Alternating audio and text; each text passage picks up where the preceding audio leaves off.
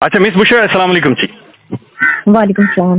Madam, आप अपने शोहर का केस लड़ रही हैं, लेकिन उसी दौरान आपके ऊपर बेशुमार इल्जामात लगाए जा रहे हैं और यहाँ तक कि आपके ऊपर कत्ल के इल्जामात लगाए जा रहे हैं। आप इन चीजों को संजीदा ले रहे हो या आपके ख्याल में ये सिर्फ चीखना चिल्लाना है? जी, बहुत शुक्रिया। सबसे पहले तो मैं क्लियर करूँगी, मैं उनकी एक्स वाइफ हूँ और ये केस जो है ये मेरे बच्चे लड़ रहे हैं। मैं उनके बिहाफ पे, क्योंकि मेरे पास स्पेशल पावर्स हैं, बच्चे क्योंकि बाहर रहते हैं और वो अपीयर नहीं हो सकते इन पर्सन, तो मैं बच्चों के बिहाफ पे अपीयर हो रही हूँ और ये केस बच्चे लड़ रहे हैं अपने बाप की ऑनर के लिए। और मैं, क्योंकि मेरा एक साथ रहा है, आमिर के साथ एक ताल्लुक रहा है, इतने साल का साथ है, तो जाहिर है कि उसमें मेरा पर्सनल इंटरेस्ट भी शामिल है, क्योंकि आमिर के ऑनर के लिए जब वो जिंदा थे, मैं चाहे एक्स वाइफ हूँ पर उनकी जिंदगी में भी, जब मैं वाइफ थी तब भी और मैं नहीं रही तब भी, उनकी इज्जत का मुहाफिज, वो औरत जो कभी, वो मर्द या वो औरत जो एक दूसरे के साथ वक्त गुजारते हैं, शादी करते हैं, साथ रहते हैं, अल्लाह ताला ने ही लिबास कहा है एक दूसरे का, वो लिबास, उसका एहतराम हम सब पर ही लाजिम है, चाहे हम जिंदगी में हो उसकी या ना हो। तो मैं समझ लें वही रोल प्ले कर रही हूँ इन खातून। अच्छा, नहीं मिस एडवोकेट साहब, मैं सिर्फ गुजारिश ये करना चाह रहा हूँ कि आप जिस कॉज के लिए लड़ रहे हो वो तो बिल्कुल ठीक है, जेन्युइन है, लेकिन इसी दौरान एक क्वेश्चन जो बार बार उठ रहा है वो आपके हवाले से उठ रहा है कि आपके बच्चों ने आमिर लियाकत साहब का पोस्टमार्टम नहीं होने दिया। देखिए वो केस मैंने आपको पहले भी कहा कि मुझसे केस के हवाले से ही बात कीजिए, जो ये केस चल रहा है लीक वीडियो के हवाले से, साइबर क्राइम। तो आपको क्या समझ आ रहा है फिर इन्होंने वीडियोस लीक क्यों की हैं? ये जो तानिया अहमद, वो केस चला है हाई कोर्ट में, चला है वो केस, और हाई कोर्ट, सेशंस कोर्ट में हम जीते, हाई कोर्ट में हम जीते।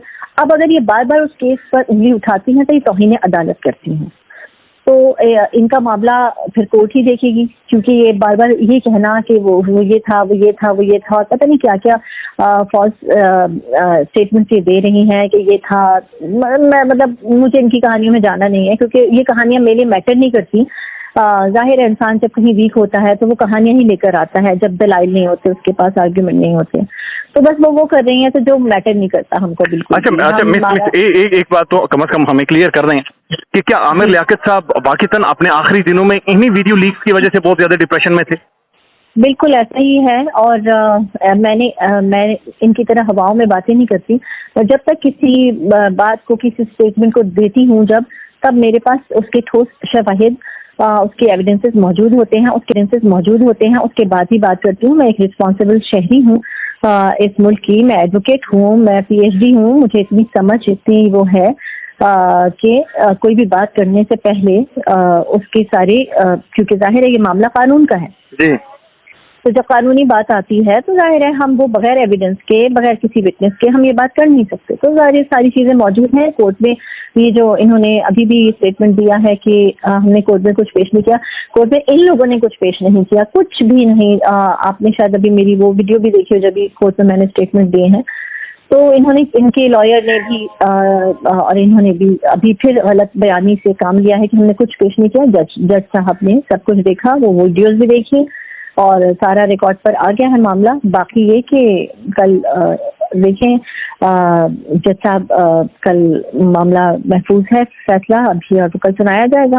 अच्छा मिस बुशरा, आपकी बात ठीक है कि जब भी हम इनसे पूछते हैं आपके पास सबूत की तरह, तो वो कहते हैं सबूत को छोड़े फिलहाल, लेकिन हमारी बात पर यकीन करो। ये कहते हैं कि वो हम कोर्ट पे देंगे, पर कोर्ट में भी नहीं देते। भी not a single video, audio, कोई पिक्चर, नथिंग, एक मैसेज, कुछ भी नहीं इन लोगों ने प्रोड्यूस किया। चाहे वो उस केस की बात हुई हो जब पोस्टमार्टम का मामला था, चाहे इस केस की बात हो, तो जाहिर है कि देखिए कोर्ट तो कानूनी बात जानती है, लॉ जो है वो दलाइल जानता है, कानूनी बात जानता है, एविडेंसेस जानता है, विटनेसेस जानता है। आप बाकी बाहर जितनी भी कहानियां करते रहें कोई फायदा नहीं। मैडम, आपकी एक बात बताएं प्लीज, आपकी अंडरस्टैंडिंग क्या है?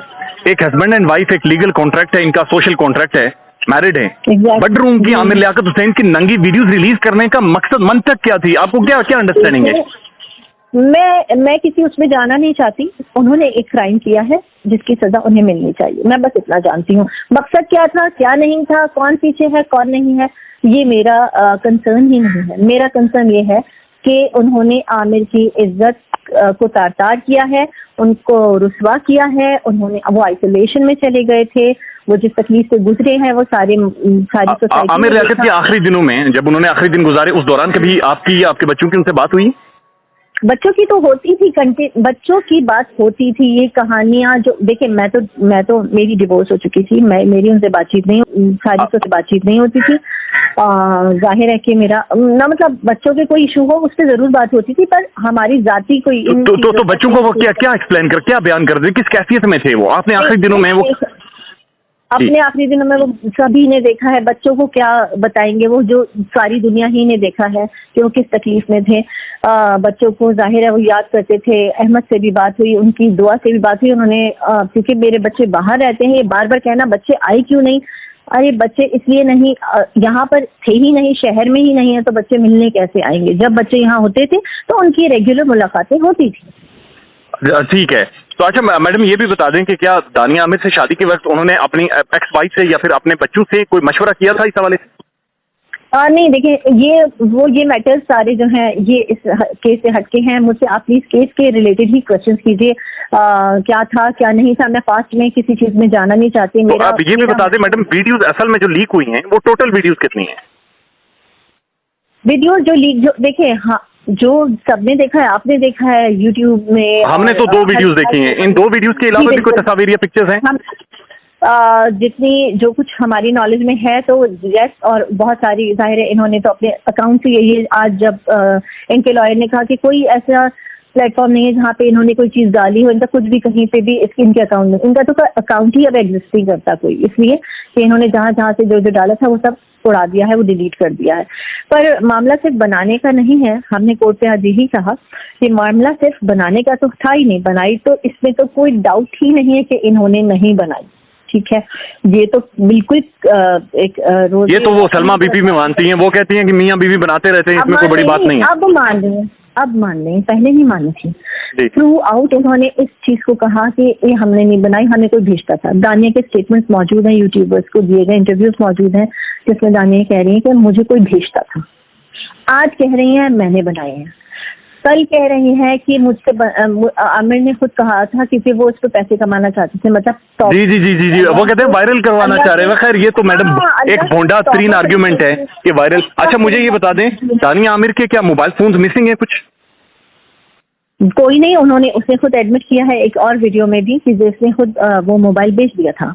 तो वो मोबाइल ना, उसे मोबाइल रखे। देखिए, जो क्रिमिनल माइंडेड लोग होते हैं ना, जो क्राइम करते हैं, तो वो कोशिश यही करते हैं कि सारे सबूत मिटा दिए जाए। जाहिर उन्हें पता है वो खुद मिटाएंगे, चाहे वो सोशल मीडिया से हो, चाहे वो सेलफोन हो। कौन रखे वो सेलफोन? रखेंगी वो अपने पास वो वाला?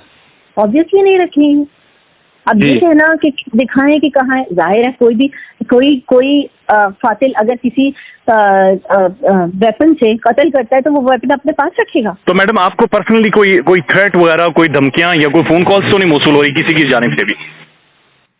नहीं, मुझे ऐसा कोई थ्रेटनिंग कुछ, पर ये जो इनका तरीका है बात करने का, ये बहुत ही गैर महज़िब और ये बहुत ही डेफेमेटरी स्टेटमेंट जो ये रिमार्क दे रही हैं मेरे लिए और बच्चों के लिए, और झूठे इल्जामात बगैर किसी सबूत, बगैर किसी बात के ये कोर्ट में तो ये बोलती ही नहीं है, बिल्कुल चुप होती है, ना इनके लॉयर ज्यादा बोल सके। और बाहर निकल के तो तकरीर करती हैं, वो बाहर निकल के तो सबको बुला कर इंटरव्यू देती हैं। बाहर आके इनकी बोलती बंद ही नहीं होती है, इनके लॉयर और ये दोनों ही अजीब, मतलब उन्होंने ये कहा हमने कुछ एविडेंस पेश नहीं किया। मैं हैरान हूँ, वो तो फाजिल वकील हैं, उनको समझ आनी चाहिए। हमने उनके सामने सारे एविडेंसेस पेश किए हैं, सब कुछ FIA के पास भी मौजूद है और अब जज साहब के सामने भी मौजूद है। जज साहब ने खुद देखे वो वीडियोस।